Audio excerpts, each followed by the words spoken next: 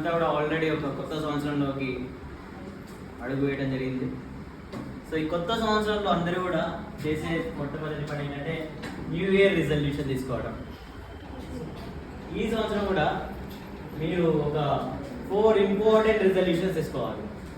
First resolution వచ్చేసి revise chapters, all chapters every day. అంటే రోజు కూడా మీరు చదివిన అయిపోయిన చాప్టర్స్ ని రివైజ్ చేస్తుండండి. ఎందుకంటే మీరు ఆ చాప్టర్ అయిపోయిందని చెప్పేసి పక్కకు వదిలేస్తే దానివల్ల ఏమవుతుంది అంటే మర్చిపోతారు ఎగ్జామ్ వచ్చేసి. రోజు ఆ చాప్టర్లో ఒక 5 minutes ఇంపార్టెంట్ కీ పాయింట్స్ ఏమేమి ఉంటాయి. ఫర్ ఎగ్జాంపుల్ ఏసీఐ జరిగింది, ఇందులో కరెంట్ లీడ్ అవుతుందా ల్యాగ్ అవుతుందా, కెపాసిటీలో ఇండక్టివ్లో ఏమవుతుంది, రెజోనెన్స్ కండిషన్ ఏంటి, కరెంట్ ఎప్పుడు మ్యాచ్లో ఉంటుంది, ఇట్లా ఒక 5 points ఒక 5 నిమిషాల్లో క్విక్ రీక్యాప్ అనేది చేసుకోవచ్చు.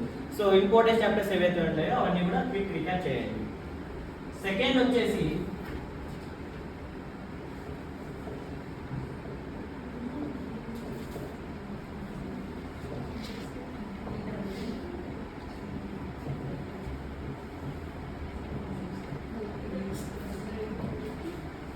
బయట ఫుడ్ తింటే వారానికి 2 వారాలకు ఒకసారి తినాలి, లేకపోతే పూర్తిగా మానేసాను ఇంకా మంచిది. ఎందుకంటే దానివల్ల ఈ టైంలో మనకి ఏమైనా ఫుడ్ పాయిజన్ అయ్యి ఏమైనా హెల్త్ ఇష్యూస్ వచ్చినాయని అది నియర్లీ మళ్ళీ 1 week వేస్ట్ అయిపోతుంది.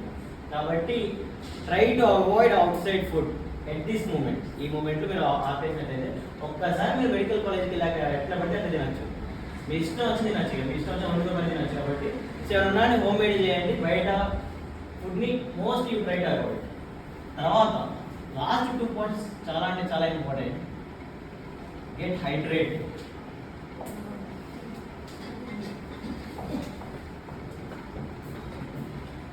Daily 2 liters of water is most important while you are preparing. Make sure that you are hydrated and it keeps your focus levels high.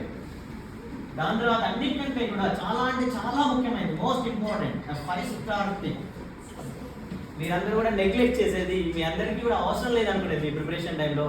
Especially exam దగ్గరికి వస్తున్న కొద్దీ మనందరికి భయం అవుతుందన్నమాట.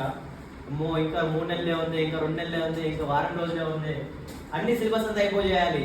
ఇప్పుడు లేనిపోని కొత్త చదివేసి అవి నేర్చుకొని ఉన్నాయి పాతే పోగొట్టుకొని దాంతోపాటు నిద్ర కూడా పోగొట్టుకొని ఆ భయంతో ఇవన్నీ చేసే బదులు ముఖ్యంగా మీరు ఒక 7 hours of sleep. Get minimum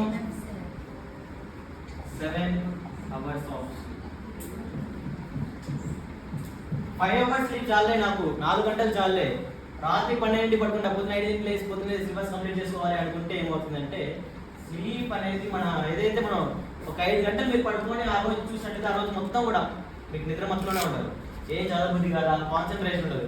so minimum ఒక 7 hours ఆఫ్ స్లీప్. 7 కానీ మీరు ఇక మరీ మీరు పడుకోలేరు, నాకు నిద్ర రావట్లేదని 6.5 hours అయినా అని పడుకోవడానికి ట్రై చేయండి, మోస్ట్ ఇంపార్టెంట్.